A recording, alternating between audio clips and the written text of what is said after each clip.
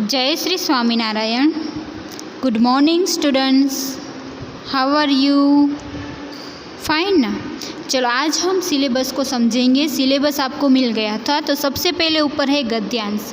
तो गद्यांश मैंने आपको करवाया था, तभी भी समझाया था। एक पैराग्राफ होगा, उसके नीचे क्वेश्चन आंसर होंगे, तो आपको वो लिखने हैं, ठीक है। तो उसी तरह से जो गद्यांश करवाया था उसमें से या अलग से भी आ सकता है पैराग्राफ, तो आपको उसके लिए रेडी रहना है, ठीक है। अब उसके बाद होगा शब्द समूह माटे एक शब्द। ये पीछे आपकी टेक्स्ट बुक में पीछे है, आप देख सकते हो वहाँ पे पेज नंबर 69 में है। वो भी मैंने समझाए थे, 1 से 10 तक आपको करने थे, तो आपको वो भी करने हैं, ठीक है।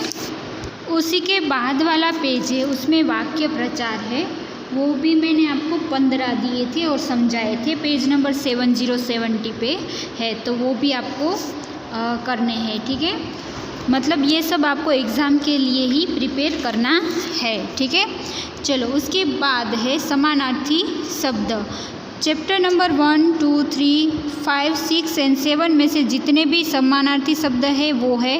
उसके बाद शब्दार्थ है, वो भी आपको करने हैं, ठीक है। तो शब्दार्थ में गुजराती में होगा, आपको सामने इंग्लिश में लिखना होगा।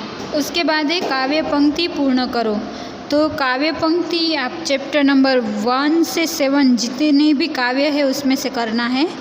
तो यहाँ पे गौरव गुजरातनु थाय और आभ मंडलनो राजा, ये दोनों काव्य आने वाली है, तो उसमें से आप काव्य पंक्ति पूर्ण करो, वो रीड कर सकते हो, ठीक है। अब उसके बाद है खाली जगह।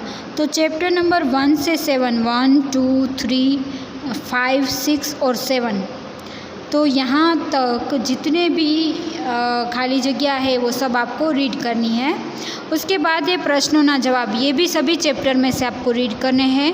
और उसके बाद है अंक शब्दों में लखो 51 से 80। ये आपको पहले अंक लिखे होंगे, जैसे कि 5 और 1 लिखा होगा तो उसके सामने आपको क्या लिखना है, शब्दों में लिखना है 51। इस तरह से 80 સુધી કરવાના છે, ओके। એના પછી છે निबंध जितने भी करवाए हैं वो सारे के सारे निबंध आपको कर लेने हैं। निबंध है वो 2 लिखने होंगे। तो पहले से लेकर अभी तक जितने भी निबंध लिखवाए वो सब आपको एक बार देख लेने हैं, रीड कर लेने हैं, ठीक है। और उसके बाद चित्र वर्णन है। चित्र वर्णन पिछली एग्ज़ाम में जो करवाया था उसी तरह से आएगा। चित्र होगा, उसमें से नीचे आपको क्या हो रहा है उस चित्र में, क्या दिखाई दे रहा है, वो सब लिखना होगा। इस बार चित्र भी 2 आएंगे और निबंध भी 2 आएंगे, तो आपको दोनों करने हैं, ठीक है। उसके बाद सुलेखन होगा। तो सुलेखन में आपको अच्छी राइटिंग करके ऊपर की लाइन को टच करके लिखना होगा, ठीक है।